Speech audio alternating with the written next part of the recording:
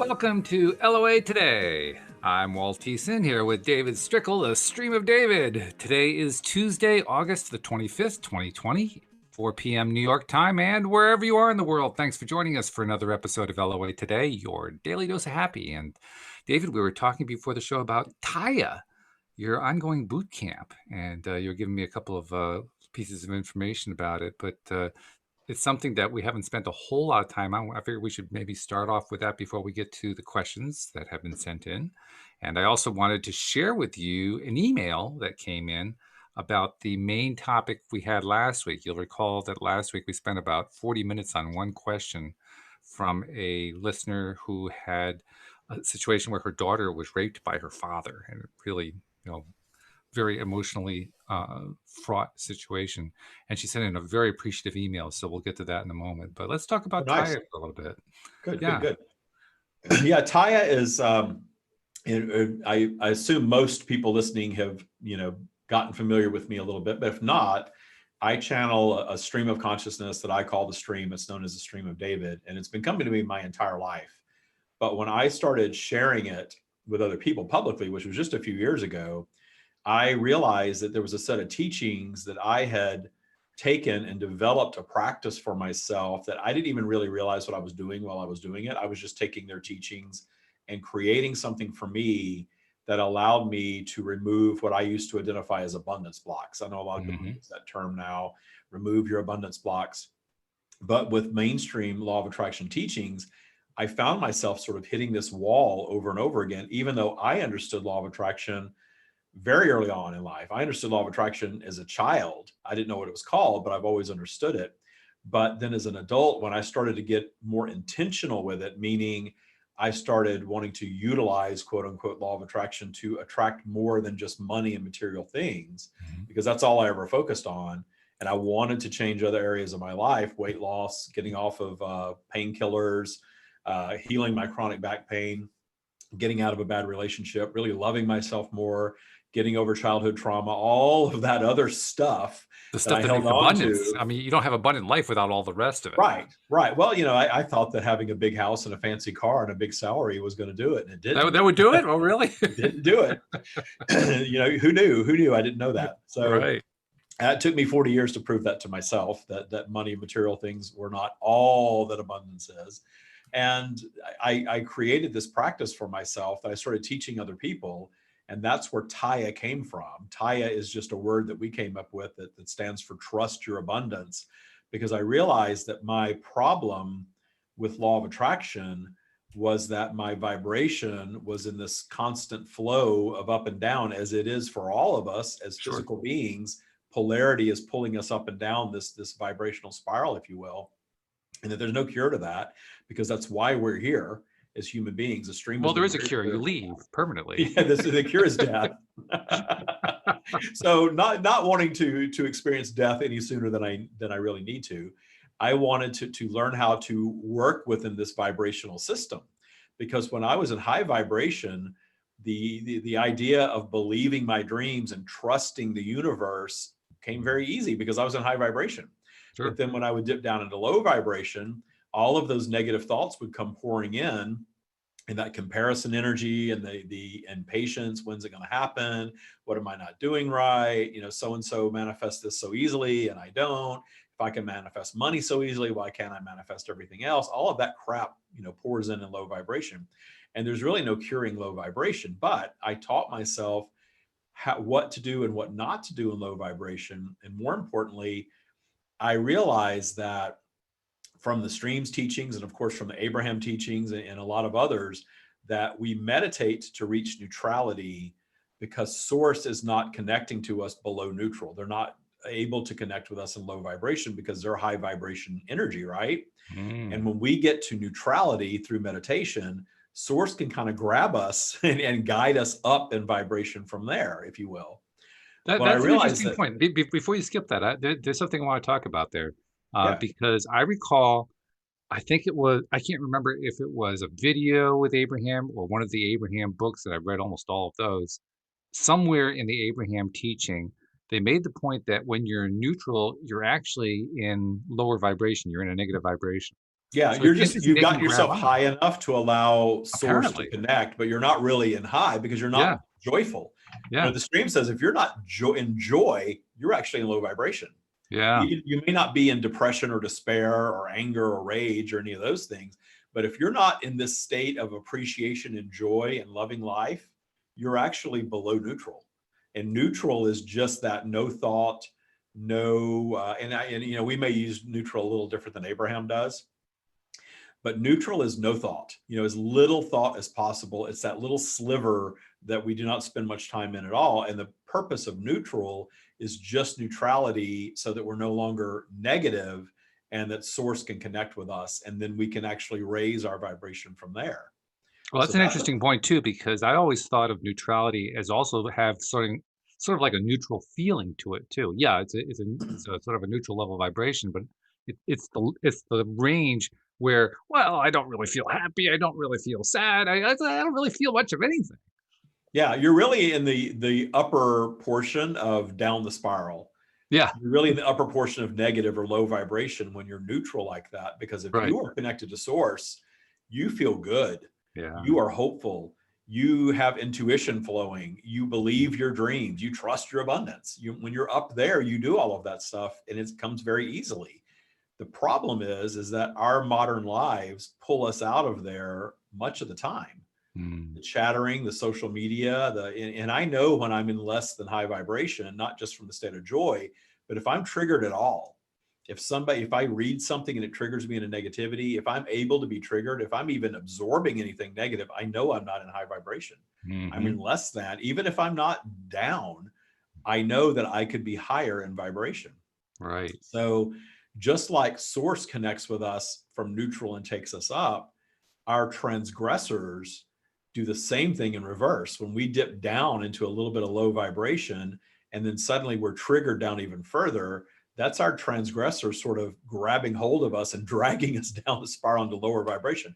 That's why we deal That's an with stuff. interesting word, transgressors. I mean, I don't think I've ever heard that word. In That's like Taya, we use transgressors a lot. that's almost like a Christian word, and that's why I'm saying that I don't think Yeah, I've heard yeah. that in Well, other I was locations. raised Christian, so I probably, the stream uses my vocabulary just like Sure, yeah, Abraham utilizes Esther's vocabulary. right. So to me, that I took ownership of that word to mean any unwanted person, circumstance, or event in our lives, Ah, all the way to birth or even prior to birth, if something okay, impacted us prior to birth. So a transgressor is something that we cannot look upon in full appreciation. Think okay. about that. Think about the things in your life that you cannot look upon in full appreciation, and we all have them. Mhm, And especially early childhood things that are things that haunt us, even things that we may look at from our adult perspective and think, well, gosh, I was just a little kid when that happened. It was no big deal. I'll use an example of, I had this incident with my father, one of my first memories of my father. And my father left when I was 6. So I had to be, mm. somewhere 4 or 5 years old. I was walking around on my own. I was in the garage with him. He was working on his Volkswagen Beetle. You can tell the timeline here, right? Yeah, just a And little bit there. or late 60s, early 70s here. And he was working on his Beetle in the garage. And I went into my toy box. I wanted to give my dad a gift. And I Mhm, had this little box and I put some of my little toys in a box. And I remember going to him and giving him this as a gift. I wanted his attention, his affection. mhm. And he took it and threw it in my toy box and told me to get back in the house. Oh, So from an adult perspective, big deal. Your dad was an asshole in the moment. He was busy. You're a grown up now. You're 52 years old. Get over it. Well, I will tell you that I carried that as a transgressor into my early oh, 40s. yeah, I sure. remember the pain of that moment of feeling like my father didn't love me. And then Mhm, ultimately my father left within a couple of years of that happening. And he's still in my life, but we've never been close. mhm. So that moment and my father as a whole were transgressors for me. So fathers of So the world, the next time your kid brings you the car out of the box, accept the gift. yeah, Don't throw it away. I was approaching him from my, 4 or 5 year old perspective. And that incident was monumental to me, even though in his perspective, he was just down in low vibration. He was Mm. probably, upset about what was happening to his car or not happening, because my father's not real mechanical, I've gone on to understand. Oh, okay. So, yeah, so he's not the type of guy that really works on his own vehicles, but I guess it was Uh-huh. probably an economic thing at that point in his life. So he was frustrated. He was in low vibration. So his kid's bothering him in low vibration. He's going to act out in low vibration, right? Right, right. So Sure. that's, that's what was going on. And so now that's actually allowed me to appreciate that moment and release the transgressor of that moment. That, wow, that was a painful moment, but I had to realize that my dad was in low vibration. He has a temper. I inherited that for a long time. And, he just didn't want to be bothered by me at that time. And that really wasn't about me. That was about him. So in Taya, we do that. We find appreciation for transgressors, and it's huge because that cleans up all this lower vibrational gunk that's down there waiting for us when we do dip down into our low vibrational cycle. It grabs us and takes us down further. And the more we go down, the more we're in negative. And when we're in negative, that is our negative creation territory where we're creating our obstacles. And if we stay down there enough, we start canceling and slowing our dreams that we're manifesting when we're in high vibration. So Taya is very much built around all of that, forgiving transgressors all the way to the point of appreciation, allowing yourself to be in high vibration much of your life, much of the time, being in an almost constant state of joy, and getting that vibration so high so often that the source connection is just natural because it's already there. Source is in us. It's there. The stream is there in me. It's not something I have to allow to drop in. It feels like that sometimes, but that's my manifesting that experience. Sure. Source is in all of us. And the stream says that, they're part of all of us. And when you're in high vibration and you listen to their message, that's why it resonates so much, because they're kind of telling you what you already know. Yeah. And it makes sense, right? Right. So Taya is all about that, being in high vibration, being source connected, allowing the joy and the clarity that comes with that, and ultimately the abundance that comes with it, because you're working yourself into high vibration without really having to work, because you're releasing the stuff that used to drag you down in your life, and it makes you fearless. The people that go through my boot camp come out absolutely fearless. I had one woman that went through, she's British, and I remember she went through talking about her fear was her lifelong thing, that she was so paralyzed by fear. She didn't want to leave the house. She was afraid every time the phone rang. She lived in this constant state of fear her entire adult life. And she went through my boot camp and released her lifelong fear. And it's almost 2 years since she graduated. I met with her the other day. She's still there. Her fear is still detuned with these tools after all this time. So the fourth thing that we do, other than those first three things in Taya, is you learn to set intention for your life and set intention for your day, which are both very important things. Oh, yeah. Because when you get your vibe really high, everything that you manifests very quickly. So you manifest positive very quickly, but then when you drop down, you manifest negative really quickly. But you come to see the gift that the negative stuff is, because you're not down there much. It's fewer and further between, and then you've got the tools to go up in vibration and solve it. So that's what Taya is, and that's what I teach. It's a set of teachings that I created based on what the stream taught me, and they're very intertwined with it. And then the boot camp is a program where you get in, it's completely channeled. You go through, you work the modules over a 12-week period. You work with me and the other coaches. And then when you graduate, you're all fixed and life is perfect. No, I'm kidding. You're not all fixed and life isn't perfect. You are definitely operating at a very high vibrational level. We talk about changing your default vibration, because whatever our lives are a result of our default vibration. And that's what happens is people listen to what podcasts, you have a podcast, I have a podcast, they read a book, I have a book. They get inspired by videos, they do all these things, they go to an Abraham workshop and they really raise their vibration and they're really going to get it this time. And then they find themselves defaulting back to the same life they've always been in.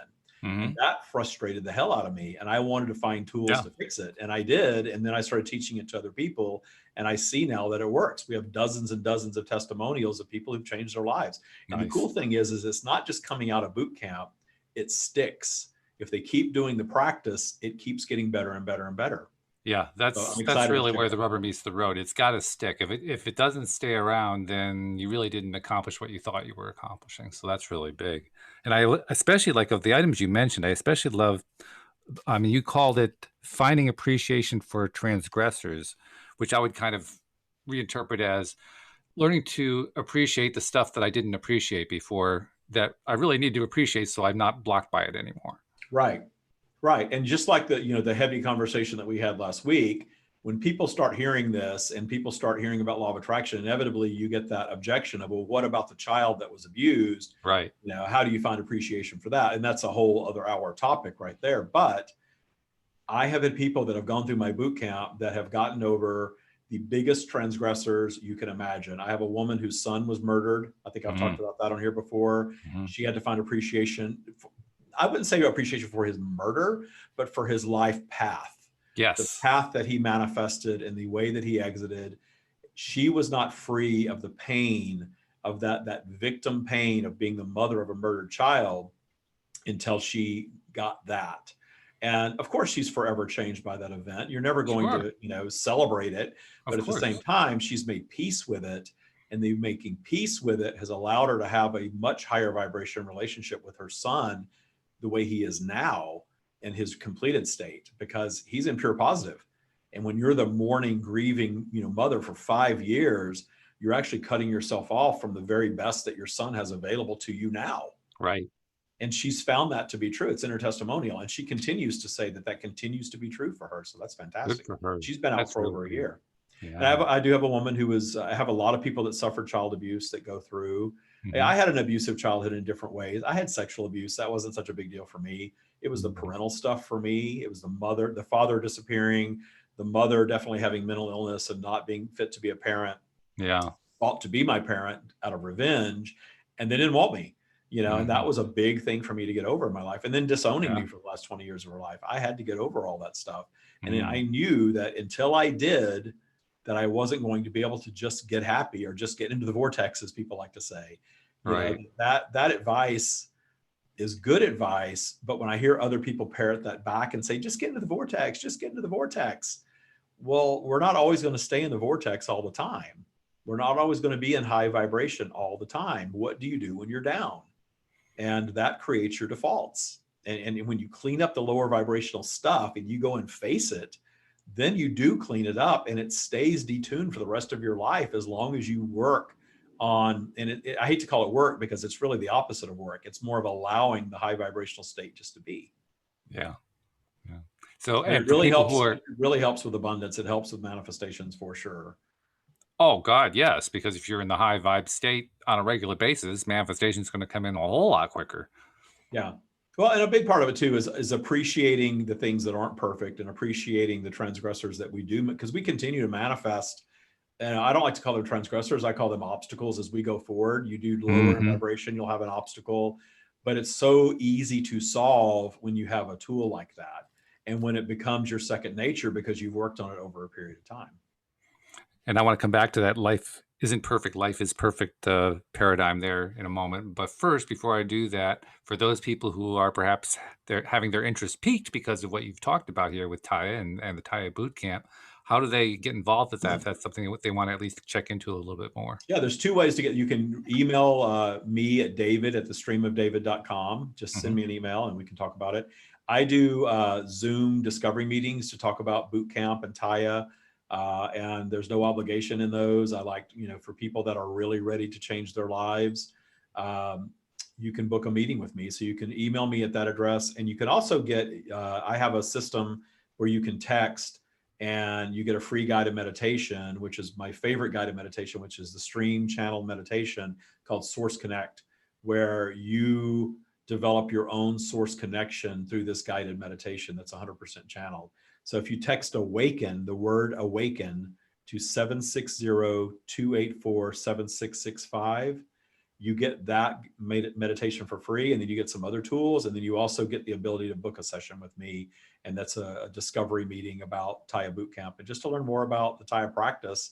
And if you're a good candidate for boot camp, and a lot of times, you know, sometimes people are not, but people that understand that they create their own reality and are really ready to make a big change, they are great candidates for boot camp. And I think that's probably a lot of your listeners. Okay. And we're actually in the process of adding one of the channeled meditations to the app. You and I have been communicating about that over the last week or two. And once we add that in there, I'll make sure that we'll also include a link to the Taya boot camp. So after they do the meditation, if they're liking what they're experiencing there, they can reach out to you and take the next step and see if that next step works for them as well. Yeah. And I have a masterclass too that we just did. That's we've got to get it put into the technology where, you can take it. And I'll give you a link to that too. It's a free masterclass that goes Okay. really deep into the Taya practice and tells you a lot about it. And then at the end, you can explore Taya Bootcamp. Great. So many freebies we're adding to the LOA Today app. I'm loving it. So thank you for your contribution as well. It's great. I want to go to the email that came from the person who asked that question last week about the daughter who was raped by her father that we spent about 40 minutes on. This is Eliza, and she said, "Hi, Walt. Thank you so very much for addressing this. I feel like it will help a lot of people, and I'm so excited to listen. Thank you also for your kind response. My daughter, who is now 21, and I have both created wonderful lives that keep expanding in every good way. We both practice consciously creating and feel at peace with where events, even the challenging ones, have led us to in our physical and spiritual lives. When she was about 6 and I was navigating the absolutely consuming, mind boggling, and complicated ins and outs of providing emotional support and seeking justice and protecting, and et cetera, she said to me, 'Mommy, I know this happened to me, and I know it's bad, and I won't pretend it never happened, but I don't want it to be the story of my life.'" And then she says, "Mic drop." That's awesome. That's awesome awareness. That's source connected awareness right there. And then she says, "So everything we did concerning the abuse and moving on from it from that point on has been a reflection of that intention of hers. So what I want to say is that we are not bitter or agitated in general. In fact, we are joyful and at peace, accepting brief moments here and there. Speak for Speaking for myself, however, I find that not truly understanding the issue I brought up in my question can sometimes derail my confidence in how the law of attraction works. It's something I really want to understand and be able to speak with assuredness and sensitivity about with my daughter. So thank you for your work. I'm beyond grateful for all that you and your collaborators at LOA Today provide." Eliza. That's fantastic. Yeah. Yeah. And you're right that the fact that they've been able to make those kinds of steps, particularly, I guess I shouldn't be surprised because we know that kids get this best. They understand this more than adults do, partly because they just haven't been, trained by our society nearly as much as the adults have. So they still have a stronger source connection. And she knew at the age of 6, she didn't want to make that her life. That's pretty powerful. Yeah. Yeah. I think that, again, the wisdom of children sometimes is greater because adults, Yeah. sometimes you have children, right? I do not know, Oh, actually. see, I don't have children either. And so I think that there's something about when you have a child, in order to be a successful parent raising that child, you sort of have to forget what it was like being a child to some extent and become the parent. And those of us that don't have children kind of keep a little childlike quality about us. And we just get to do that, I heard Sarah Silverman. You know who Sarah Silverman is, the comedian? Yeah. She did this bit the other day and it was hilarious. She said that there's a part of her that really wants to have children because she loves children so much. And the only thing that she loves more than children is being able to do anything she wants anytime she wants. Right. So Yeah. therefore, she's never had children. Sure. So there is something, when you don't have children, I think sometimes it's easier to remember what it was like in that state and how wise in certain ways you really are. And I think that adults very often want to hang these labels on children just to protect them, but the child isn't even wanting the label. They don't want that victim label very often because then they're going to go through life thinking that they're a victim and continuing to manifest things of that nature. So if the 6-year-old said, "I don't want this to be who I am," and releases that energy, then they break that cycle. But very often you hear about people who have a lifetime of abuse that started very early, perhaps by a parent or a close family member, and then continued into relationships, into romantic relationships, and move into one or two, adult or more relationships of some type of abuse until the cycle is broken, hopefully. And while there are many people like yourself and myself who don't have children, there are also many of us who, by extension, have children. For instance, I helped to found an alternative school that was very empowering to the kids who were in the school. And my wife not only helped with that school, she worked in daycare for years. So she had a lot of vicarious children, so to speak, children that she took care of on a regular basis. She just didn't take care of them 24/7. And I think that kind of gets overlooked. There are lots of different ways that childless people can contribute and interact with children fairly regularly, and it informs us just as it does parents. Now, obviously, parents go through a great deal more than we do because they deal with the kids 24/7. But nevertheless, I don't think we should, I don't think we should diminish the importance of the experiences that childless people have, because many childless people have a lot of experiences with kids. Yeah. Well, I have 1 year of parenting, and I was in a relationship with somebody that was significantly younger than me for a while, Hmm. and his younger sister, and she has talked about this publicly on YouTube, actually, so I don't Hmm. mind sharing this. So Sure. she came to live with us because he discovered that their older brother was molesting her and had Ugh. been between the ages of 6 and 16, Wow. Ooh. 10-year span. And she finally got old enough to stop it. Yeah. But the guy I was with found out about it, and put her on the next flight to San Francisco, where we were living at the time, and Hmm. she moved in with us. Hmm. And there was no place else for her to go because her father was out of the country and not present in her life. Hmm.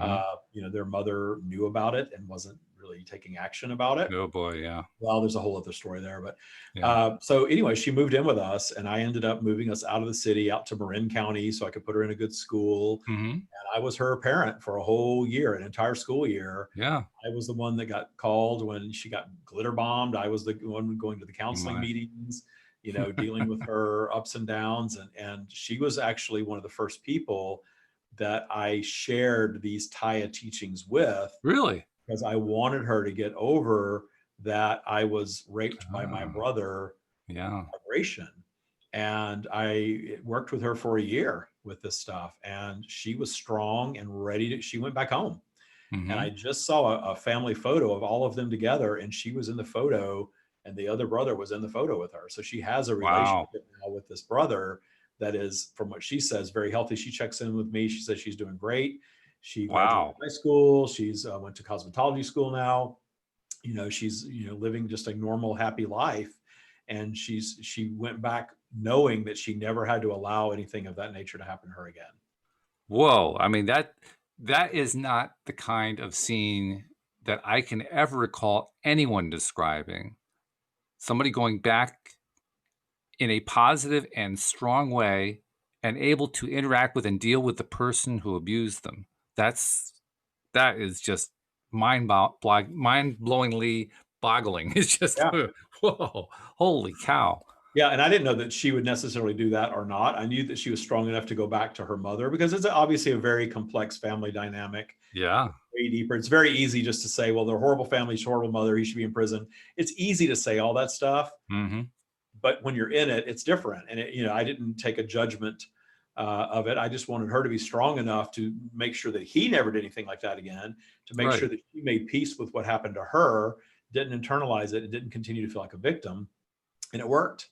And she's thriving, and it's 3 years That's later now. So yeah, that's just, I mean, more all credit to her for doing that. yep, That is definitely, just, oh, that's definitely just being emotionally mature enough to be able to deal with that. And that's she, inspirational. yeah. That's the way I look at that. That's just plain inspirational. Well, that was the moment, because I was still I had my podcast at that time, but I was still working my corporate job, and that was one of the turning points for me, where I realized, wow, these are powerful tools, that I need to quit my job. I had a nice, cushy, mid six-figure job, and quit that job, and just do this full time. Mm. Mhm. Mhm. Well, speaking of doing this, we should actually do it. We should get you into connection with the stream so we can ask some questions. So why don't you go ahead and make your transition there so that the stream can come through your voice. And while you're doing that, I will remind people that the LOA Today app is available and is ready for sharing. I have actually been working on a couple of the iPhone issues. Well, I got the Mac issue fixed, so you can now load it on the Mac.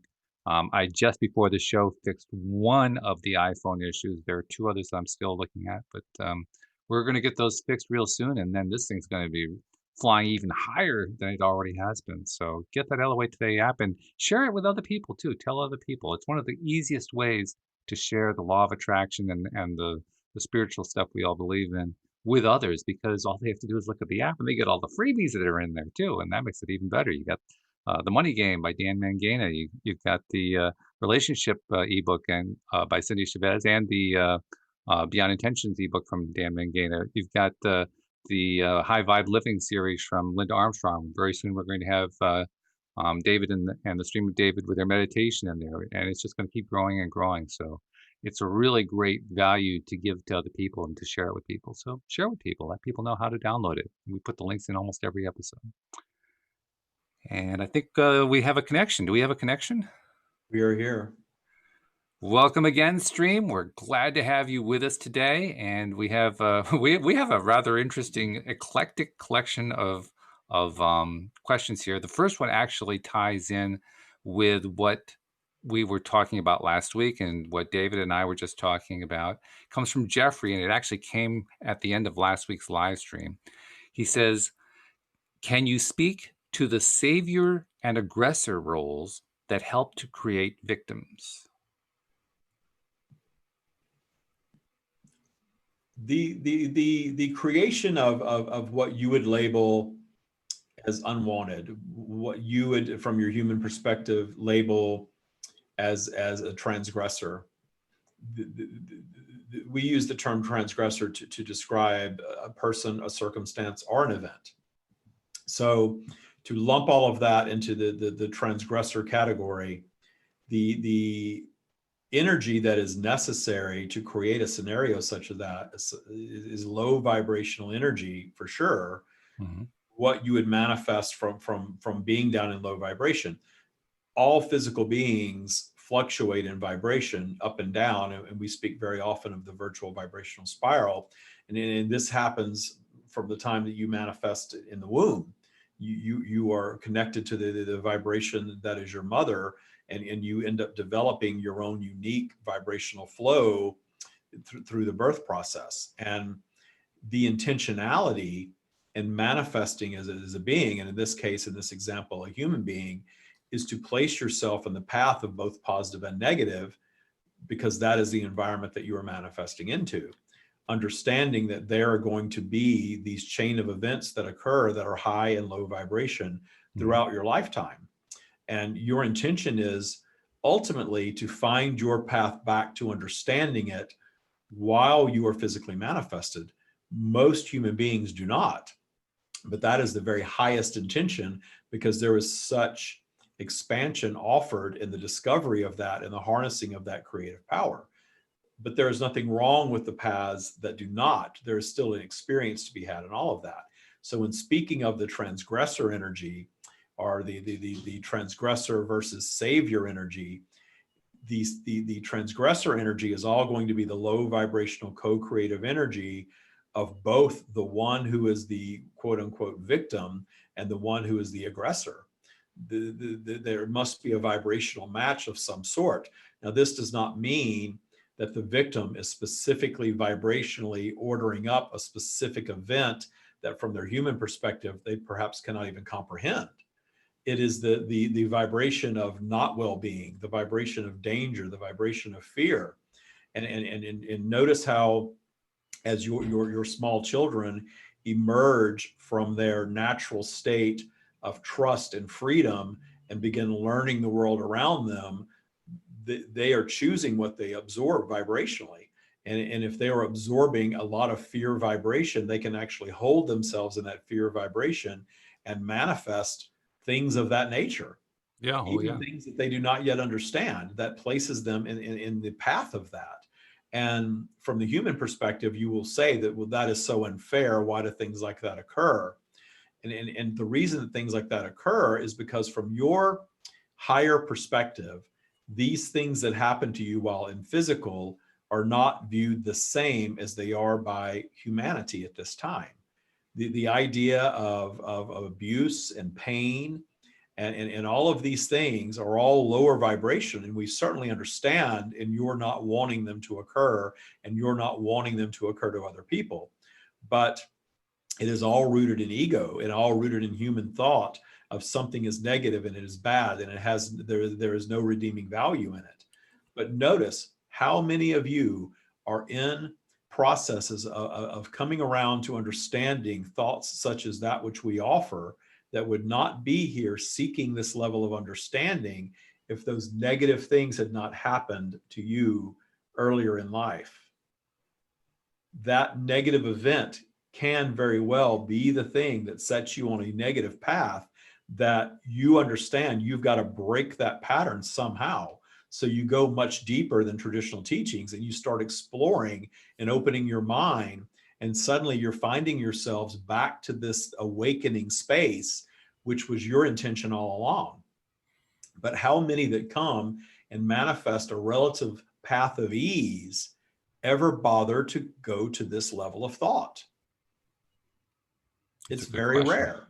Yeah. So you have this intention as a strand of soul consciousness to place yourself in more increasingly in challenging roles throughout your existences. As you expand as a being, you will seek more and more challenge from the get-go, from birth.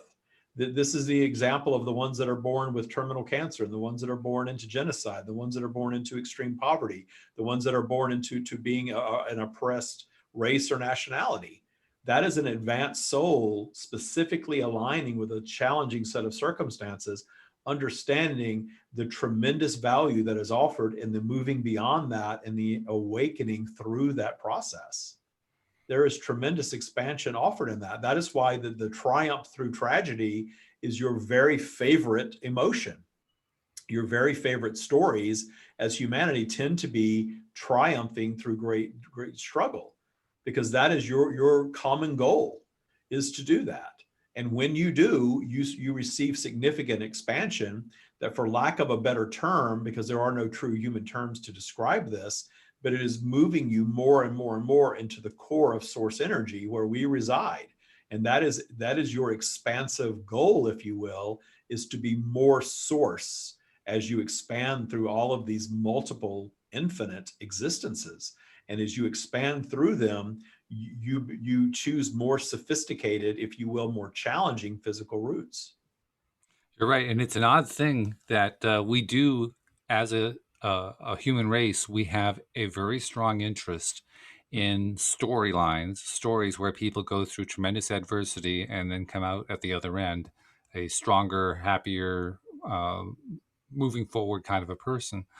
And on the one hand, when we say that, it's like, well, yeah, of course, we're used to that, so that happens all the time.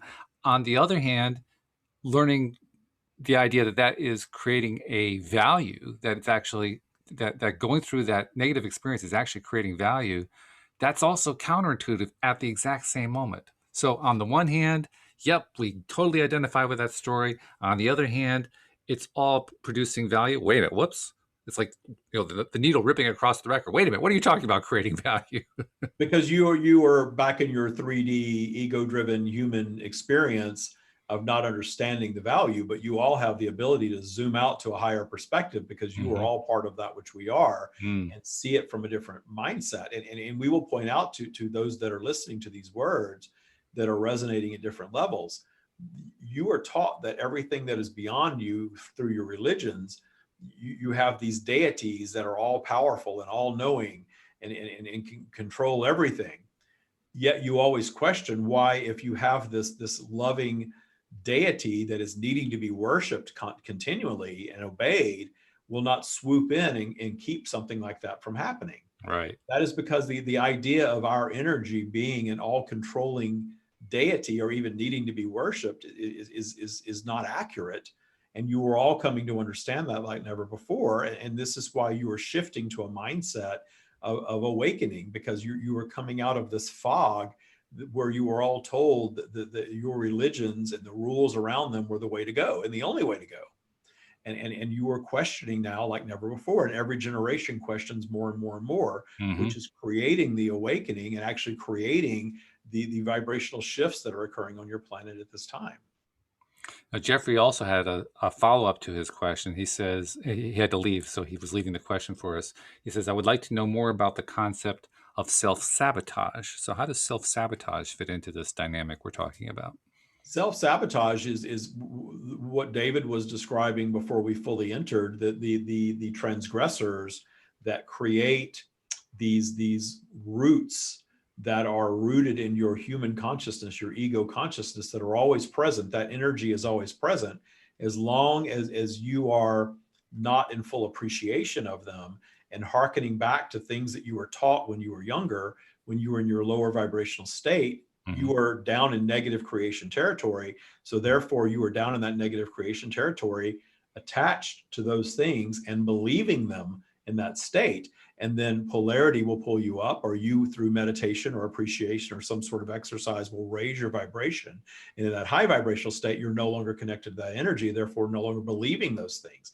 This is why you go through this cycle of going up in vibration and believing that you can do it, and going down in vibration and believing that you can't and sabotaging yourselves. And those cycles continue until you do the work that we have guided all of you to do to release these transgressors through a process of appreciation.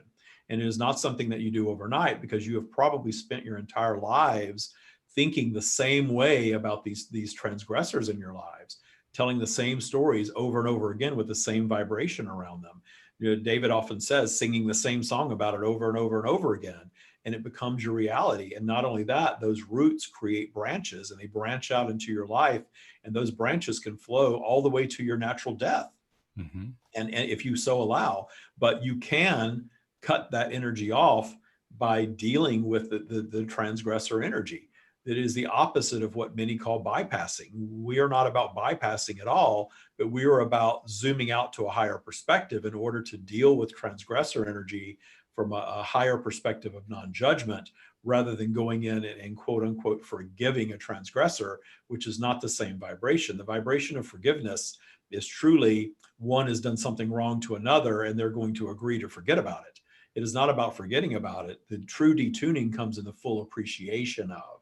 And there is a path for all of you to walk, because you've been taught to think like victims. But when you walk that path of appreciation and come around to that way of thinking, that negative thing that's always been swirling around down there is released. And when you dip down in vibration, it's no longer waiting for you there to hold you in that space in a prolonged period. So let's come up with an example to illustrate this concept of developing appreciation for what you've called a transgressor. Something that indicates, okay, before we had X happen. I'm not sure what the X is. We got to come up with whatever the X is. But we had X happen, and we reacted to it in a way that said, "Oh, I really don't like that," and then we started pushing against it, and all the usual stuff that creates blocks. And then we transitioned over to an appreciation of X. So if we have an example, maybe it becomes easier to understand. Well, how do you actually create an appreciation for that X? And we very often, we will use certain terms, and this is part of David's vocabulary and personality, certain terms that are more provocative purposely, so that those who are really ready to do this work will hear the word appreciate a transgressor and be intrigued. And those who are not yet ready to do this work will be repelled by it, because they're not yet ready to do this work. They're the ones that are saying, how in the world could you possibly find appreciation for XYZ when they did this and this and this other thing to you? They are not really in the vibrational space to dive into that yet. But Right. ultimately, when you suffer with it enough, you're willing to try anything. And when you hear radical appreciation, then suddenly you understand that is a process, and adding the word radical to it beefs it up even more, where it's a process of finding appreciation, which is really finding understanding for why the one that you are labeling evil or wrong or a monster, even how they got there, what caused them to get there, where they allowed themselves to do that thing that they did. And we are speaking in terms of the transgressor being a human being, which is the crux of the question that was posed. The transgressor energy and the appreciation of is coming to understand. The high emotional intelligent beings on your planet are not simply labeling something evil and pushing against it, because you all are coming to understand that simply fuels more of. When you seek to understand where they are coming from and appreciate their perspective, even if it is not one that you are ever going to agree with or desire to agree with, appreciating that different perspective is a very, very powerful human tool that most human beings have not bothered to adapt. But you are coming to a place where more and more of you are ready and willing to get there, and that is creating the mass awakening that you're encountering. So let's take one of the situations we talked about where somebody was abused. I mean, last week we talked about somebody whose father raped her, which is pretty horrific. Okay, so it's pretty easy for us as humans to appreciate the horror of being raped, the horror of a child being raped, and so on and so forth. Now, kind of take us through, how do we get to appreciation on that particular event? We would begin by focusing on the transgressor. Okay. What brings a parent in this example to a place where they are giving themselves permission to behave in such a way? You zoom out from there and understand the complexities that your society has created around sex, Mm-hmm. the taboos around sex, Mm-hmm. the pressures that are placed around all of that, and the perceived need to carry out an act on another who is not vibrationally aligned with that type of act because they are not a sexually mature being, but yet you feel like you have control over them. So there are things that you can do because you feel like you need to have control over another, and perhaps you feel powerless as a sexual being in your everyday life.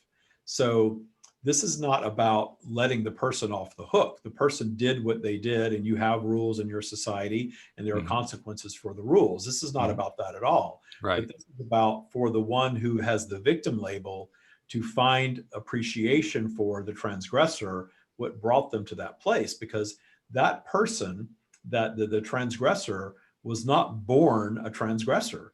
That transgressor developed into a transgressor over time, Mm-hmm. and carried out something that you have collectively decided is one of the most horrific things in your environment. And we understand that perspective. And there's nothing wrong with you having your rules around all of these things.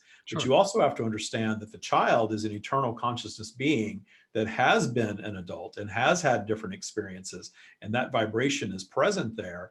And add to that the fear that is absorbed from the ego consciousness, that creates a vibrational alignment, even though the child is what you would call an innocent and certainly not deserving or desiring or even on the radar of an act such as that. It places them in the path of that danger, of that transgressor. And that is the nature of a polarized environment. That and many other things that you consider horrific on your planet are all examples of this lower vibrational energy coming through. And you all tend to glob onto this belief that there is evil out in the ethers that is asserting itself into your environment and creating evil deeds. Evil is all ego driven. Mm-hmm. It's a lower vibrational energy, and being acted out by the human being in a low vibrational state. And all the things that you consider evil are human creation, truly. Yeah, that's true. They're all human creation. And if we look at the path that we're trying to describe here, well, first of all, the beginning of the path, where you point out many people aren't ready to even explore this in any great depth. I ran into somebody like that who commented on one of our posts, actually, for the podcast, and he was basically saying, in a nutshell, oh, this whole law of attraction thing is too simplistic, and you're basically failing to take into account the fact that there really is evil in the world, and this evil is a cause unto itself, and so on and so forth. So clearly, that's somebody who's not ready to explore the higher vibration stuff just yet. On the other hand, I'm thinking more along the lines of somebody who is ready to make that shift, and so that's where the conversation, the point that you were making about understanding where the transgressor came from, what their perspective was, what they were experiencing, is interesting. You mentioned how they may have their own sexual issues going on. They feel sexually powerless and so forth. One of the things that my wife, who is a former psychotherapist, has pointed out to me on numerous occasions is that in many ways, sexual abuse, rape, and so forth really aren't about sex. They're really about a violent response to what's going on inside the person who's the aggressor, and it's an act of violence. It's an act of violating intentionally in many ways because they want to act out that violent It's the feeling that they're feeling of experiencing. powerlessness, and in being able to assert power in some area of their lives where they're Right, powerless in right. other areas of their lives. And then you layer on top of that the taboos that you've created around sex, and it creates, for lack of a better term, the perfect environment for something of that nature. Hmm. Yeah.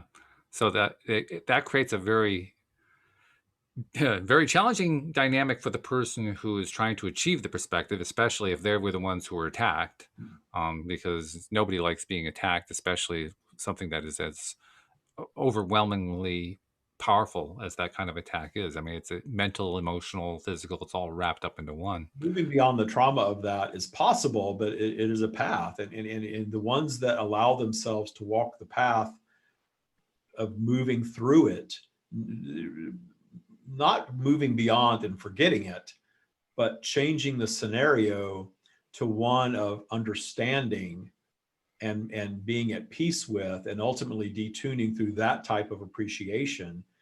It takes time and it takes work. And there's the reason that it takes time and work is that, again, in a high vibrational state, the idea, the concept of that is easier to comprehend because you are in a high vibrational state where anything is possible. Vibration drops and that you revert back to the old self of feeling more like a victim and feeling the anger and reliving the physical violence of it and things of that nature. But all of that can be ultimately detuned, especially when you begin viewing it as something that led you down a path that you would have not traveled otherwise, that is actually creating more enlightenment within you. One of the more fascinating things that I've learned from interviewing people who have had various traumatic events happen in their lives is the effect of coming through it, achieving a level of appreciation along the lines of what you're talking about. Maybe they don't call it that, but that's essentially what it adds up to. And they consider themselves to be stronger, more powerful as a result of having come through that whole experience and achieved that level of appreciation. And Is for that a lot of the in our value world, they were talking about? there's no judgment, but in your world there is, and that is the nature of a physical environment. That is a very high level of evolution while in physical that you all seek. And we will point out again that most who are receiving this high level of evolution while still in physical are receiving it because of the trauma that they've endured. And when you start viewing it as like that, you zoom out to our perspective and you come to understand how all of these negative things actually serve your expansion in physical if you allow them to bring you to this space.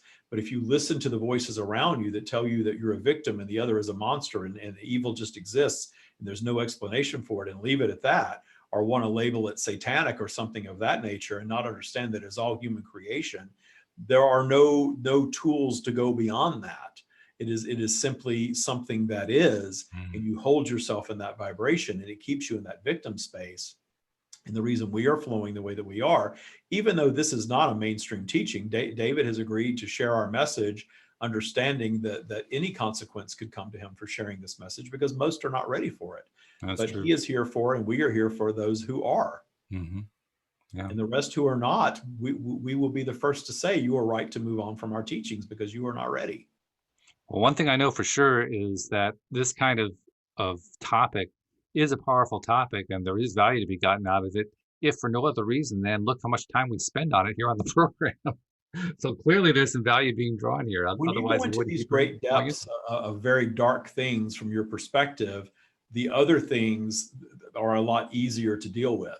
it. So we are never going to limit David from taking us into the depths of any topic.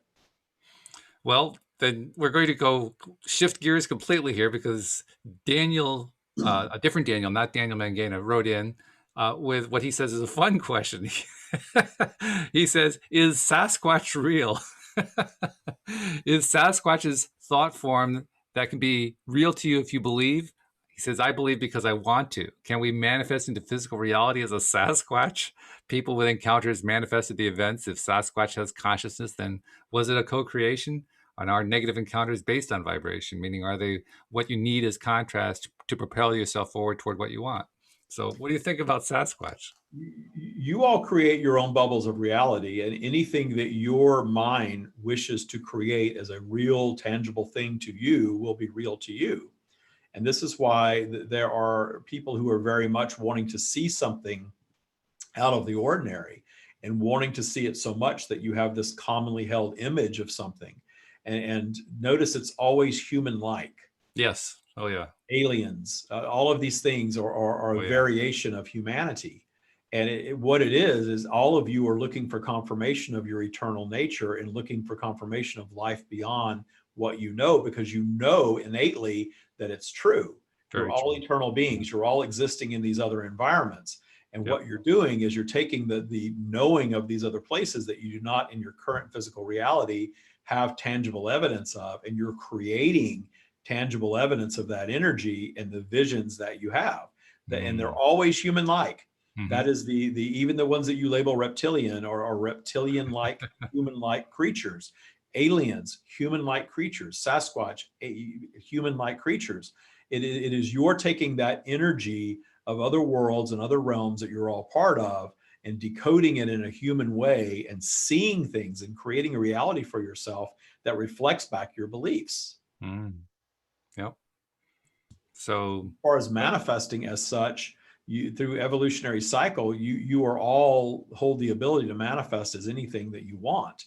You are encountering a physical human experience is what you are perceiving at this time via this interaction. mm-hmm. But you are all endless states of being that are well beyond anything that is even within your comprehension. So the answer is yes and yes. The answer is yes and yes. Yeah. Okay. And then Amy wrote in and says, my cousin's business partner had a bad stroke 3 years ago. Ever since then, he has been able to talk to his ancestors and to my cousin's ancestors as well. He is not channeling, but conversing. He has explained to me about the souls leading human lives over and over.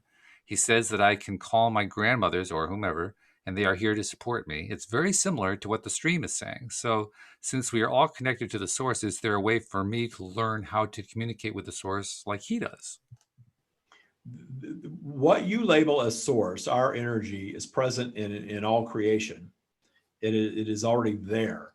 And when you have these events that alter your state of thinking, i.e., a stroke, you are very likely taking the resistance away, is the only difference. The veil that you all construct to operate in what you perceive as your 3D world and not be perceived as crazy and be present in the moment as you experience it. When you have these events that take that veil away, all of these abilities were always there all along. This is why small children are speaking to themselves very often, because they're not. They are interacting with other energy that is around them, and they learn very quickly that your world is not accepting of that, and then they shun it and they shut it down so they can operate in 3D as a human being. You all do it. And then you progress through life, and things happen that you allow it to flow in a different way. For David, it was his childhood, having some traumatic things happen in his childhood that he never allowed our message to be fully overshadowed with his ego. And that's the difference. And he carried that throughout his lifetime. Even though he kept it hidden, he embraced it internally.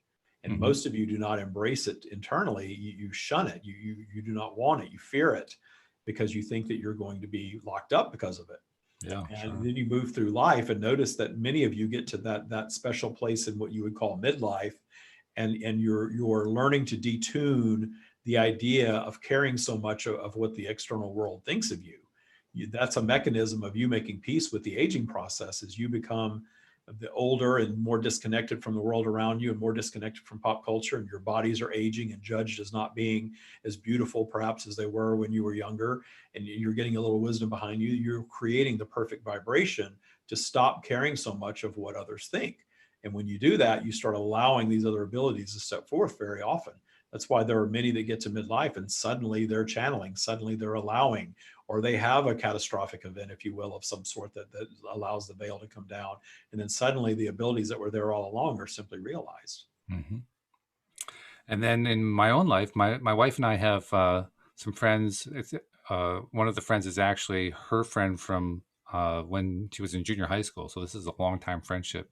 And her friend's husband is currently dealing with stage 4 pancreatic cancer. And they're rather fearful right now and kind of living moment to moment and dealing with stuff, particularly at night. I guess apparently night is when he has the hardest time. My wife was expressing a feeling of frustration and of helplessness. She didn't know what to even say to her friend, and she wanted to be able to do something for them, but didn't know what. I gave her some links to some Dr. Joe Dispenza meditations and workshops, uh, particularly helping people who have dealt with that kind of stage 4 cancer.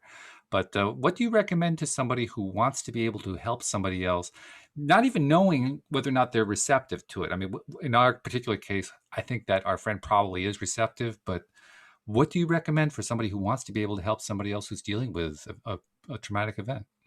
The very best guidance that we give is counter to what humans are taught to do, and that is Mm. simply allow them to have their experience. Mm. The one that is even the more you push against whatever experience you've manifested, the worse time you're going to have with it. Mm. And it's interesting that you bring this up, because David learned of the death of a friend of his yesterday. Mm-hmm. And this gentleman had been diagnosed with pancreatic cancer and was Oh getting my. up and getting dressed to go to his very first chemotherapy appointment, and dropped dead of a heart attack. Mm. Mm-hmm. And David's partner was questioning, and we swooped in, and David said very clear that he manifested his early departure because he knew the inevitable course of this disease was going to be very rough, and he was not up for that, and manifested a swift departure to not have to deal with all of that. It was not a coincidence that he died on the way to his first chemotherapy appointment. That was Mm-hmm. his experience.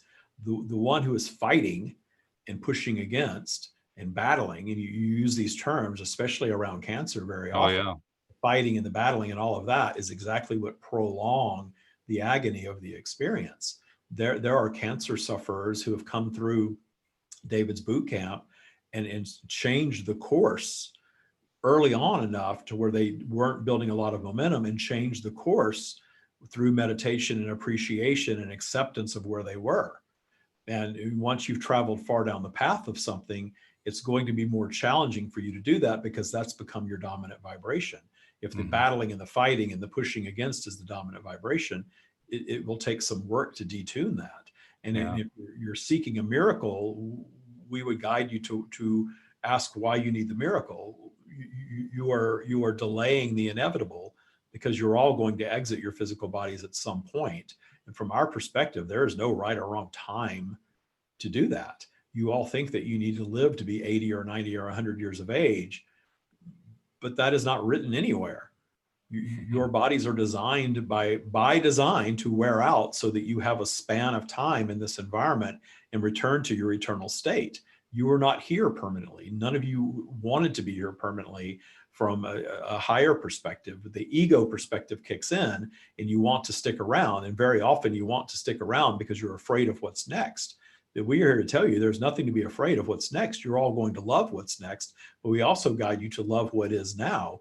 Even if you're in stage 4 cancer, stop pushing against and stop fighting. Listen to your doctors, certainly, but the pushing against and the fighting and the battling is the thing that's making the experience much, much worse than it needs to be. Mm. Yeah, it's a good point, because ultimately what we're really talking about is shifting between the high vibration and the low vibration, what you call that polarity shift that we go through regularly in life. And Acceptance of what is, and if what is terminal cancer, accepting it is likely to be your best path to cheating that a little bit, if you will, if not permanently, or simply allowing the death process that you have manifested your path into to be the joyous experience that it can be. ultimately it can be either one. I mean, it's not like it's written in stone one way or the other. It's just Your death, you can all transition to a point of enlightenment where your death transition, regardless of how it occurs, is something to be celebrated. mm-hmm. But you are not trusting your eternal nature. You're fearing death. And as long as you're fearing death, it's an awful thing.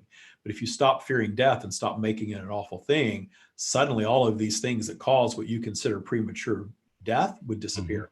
Mm-hmm. Mm-hmm.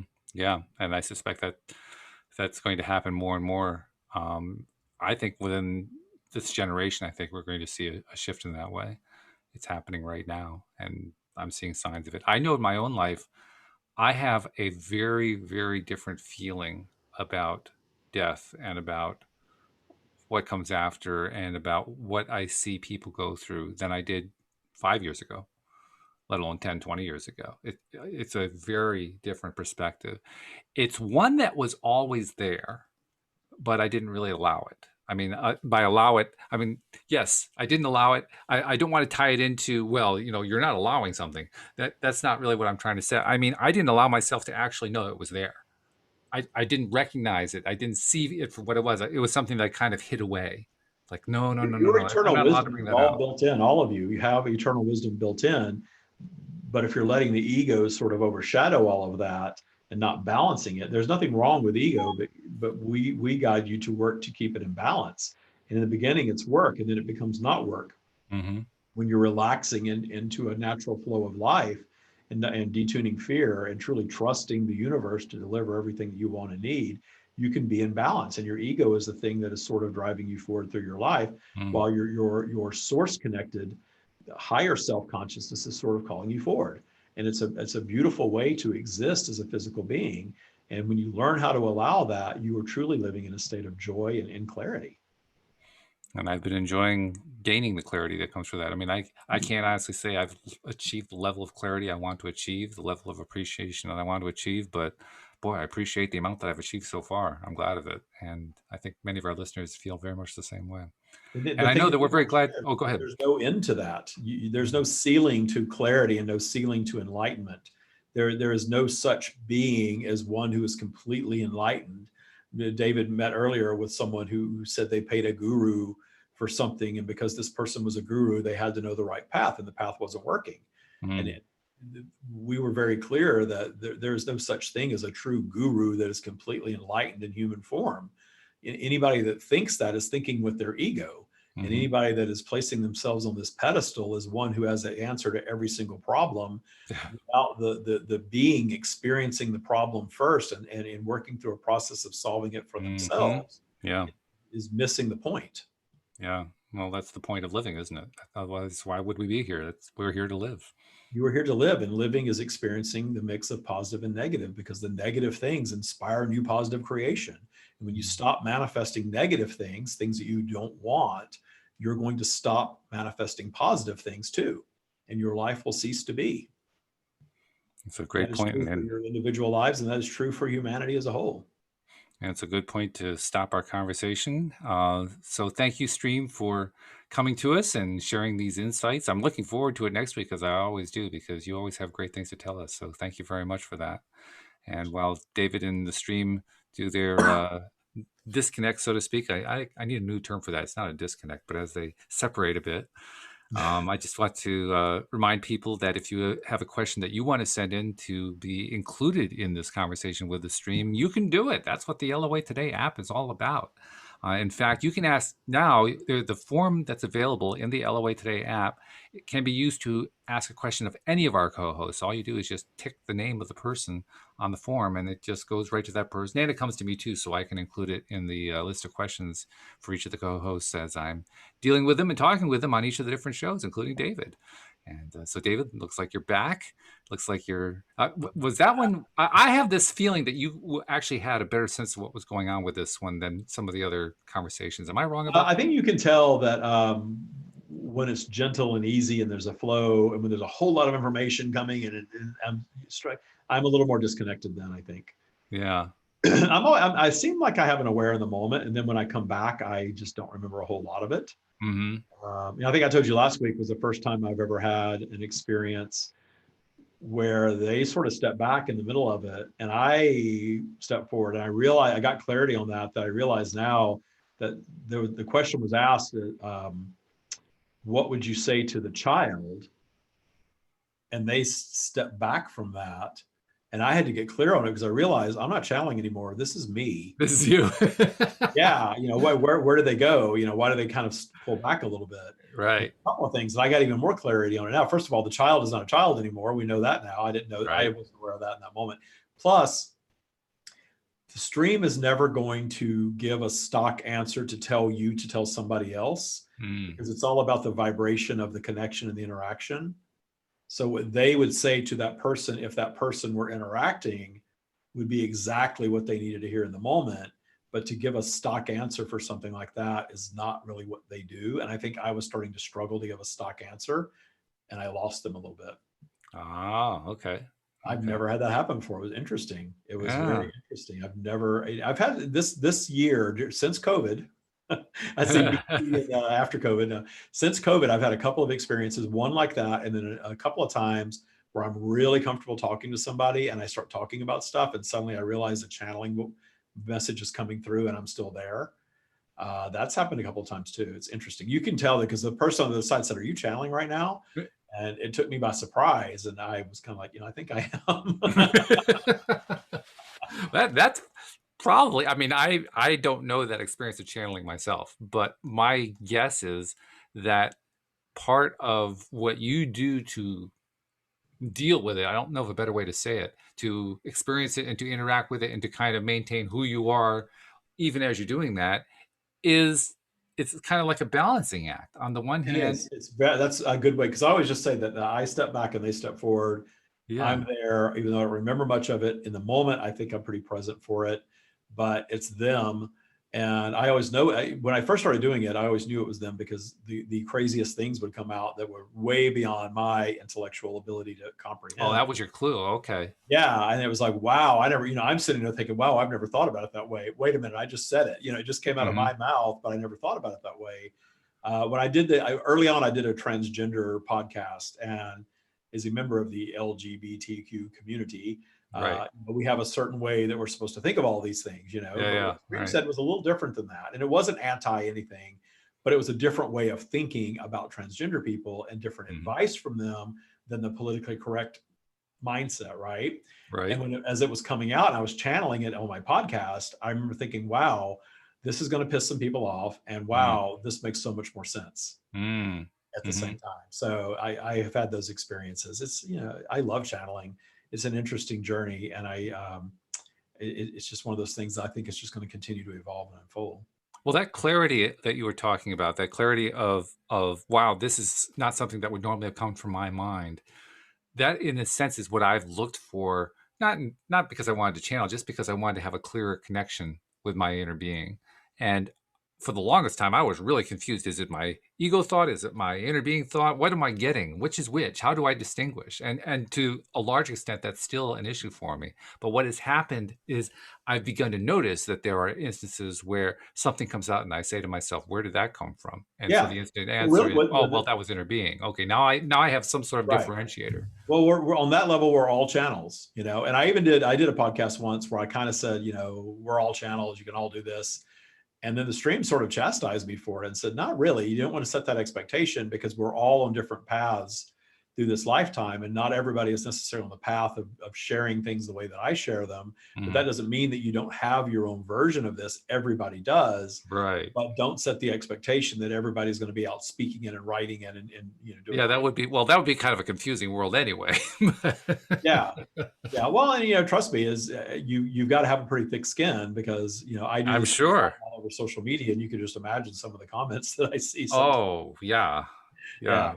We keep the conversation. Well, we cover a lot of stuff here, and we do get the occasional downtrodden comment, but we don't get the range that some others get. I've seen some of the Well, stuff. I do a lot of teaching on. I get a lot of it on TikTok right now because it's just the Wild West, and you have access to everything on TikTok. It's not a social media platform where you just get what you follow. You can, but that's boring. The exciting element of TikTok is the Wild West of everything. Right. And that's what I like about it. So I teach on there, and there's a lot of people that really love what I teach, and there's people that hate it. So, you get all of it. You get a lot of pushback. Yeah. Oh, sure. Sure. I mean, it's okay. I'm used to it by now, but it's interesting.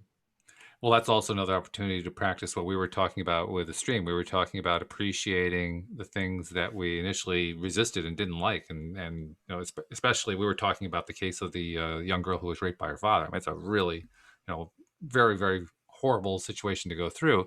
Learning to appreciate something around that's a big deal.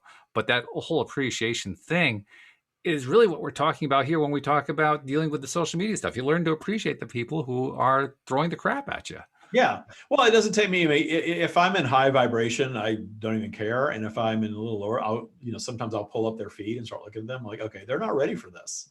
They're in a whole different vibe and they're not ready for this stuff. And whatever they think about it, whatever. If somebody is motivated to troll something on social media, that is always about them and not about you. Oh, yeah. stuff like that. That's always about them every single time. Because I see things I don't agree with all the time, but I'm not going to bother to comment on it. I could care less. I'm like, oh, that's not for me. Boom. I'll just swipe on by, you know? I have to admit, there's a piece of me that does like to feed the trolls, and I do occasionally feed trolls just because it's fun. Well, sometimes it's fun, It's especially fun. when you've gone through a thought process to understand something so deeply, and then they're just kind of crapping all over it from a place of not understanding it. It's easy to sort of come from that, high and mighty space and really zing them Well, if yeah, you want. it isn't even so much. I mean, yes, there is the singing aspect, but it isn't even that so much. I think it's more me just trying to find out, okay, if I ran into a situation where I had somebody like that who was actually having a conversation with me, how could I connect to them? So that's what I use the trolls for. I use the trolls as a way of trying things out. Okay, what Yeah. happens if I give them this? How do they respond to that? Yeah. Well, I know I've done my job if I respond to them and then suddenly the comment disappears.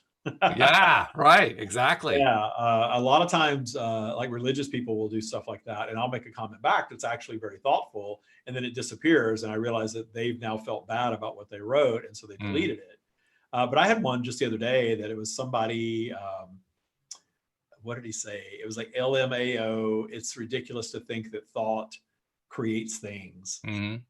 Something along those lines. Right. And my response was, I could see how thought could be difficult for you.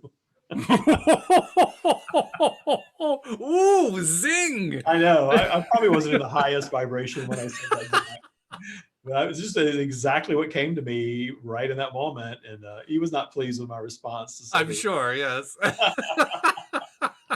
yeah, you're right. It's fun to go down into that lower vibration sometimes and have a little fun. Why not? You know what? If you're going to troll my page, then Yeah, right. Why not? You asked for it. Here it is.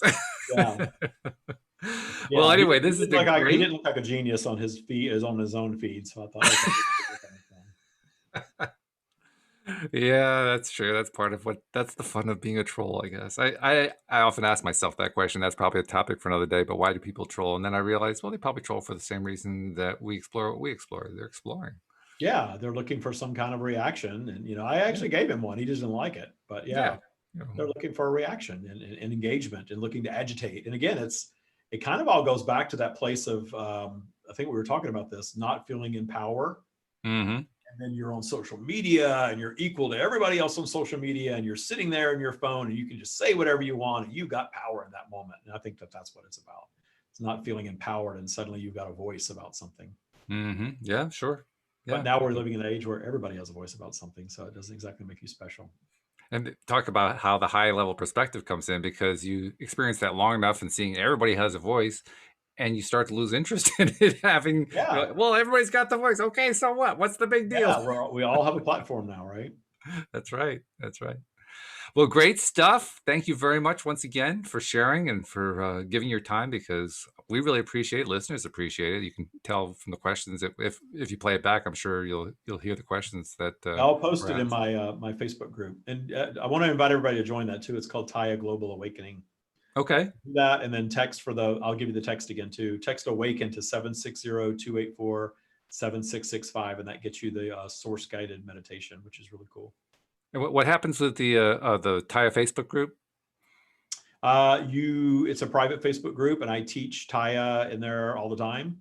Oh, okay. And also I do lives in there every Wednesday. I'm on live in my Facebook group and on my YouTube channel. I simulcast. Okay. And I channel live every Wednesday, 4 p.m. Pacific. And I usually have a host like yourself, and the host, just like this, the host will read questions from the audience, and I channel. And it's interesting. These are really deep questions very often on this show. Mm-hmm. Over there, it's a little different because it's on all these different places, and so you get questions from all these different places. Yeah, you get all kinds of questions, which is an interesting experience too. So this is real focused because we're sort of preaching to the choir, if you will, here. Yeah, right. But over there, it's a little different. It's all kinds of questions. So it's a different flavor. I like doing both. I'll have to check that out. And tell us again what the name of the Facebook group is. Taya Global Awakening. Global Awakening. Taya Global Awakening. And I go live in there. I teach the Taya tools in there. That's mainly what that group is all about. Okay. And then, so I have Taya Bootcamp, which is something that you would pay to join and take over a 12-week period. Right. And that's, the kind of the big kahuna of what I teach. That's the in-depth one. Yeah. Right. Well, that one's where you get all the coaching and the tools and the time and the accountability and and all that stuff. But I do teach the Taya tools in that group, and it's a free Facebook group. So you can get in there and start kind of getting acquainted with it, and then decide, when you're ready to jump into boot camp. And Cool. Okay, good. I love it. All right. Well, have a great week. I hope you have a great session tomorrow, since now I know that you do the sessions on Wednesdays at the time that Sydney and I are recording. So I hope you have a wild set of questions tomorrow to answer. I appreciate it. It's always fun to be here, Walt. It's great to have you here. So thank you much. Thank you, live streamers. Thank you especially to our podcast listeners as well. We'll see you all next time here on LOA Today. Goodbye, everybody.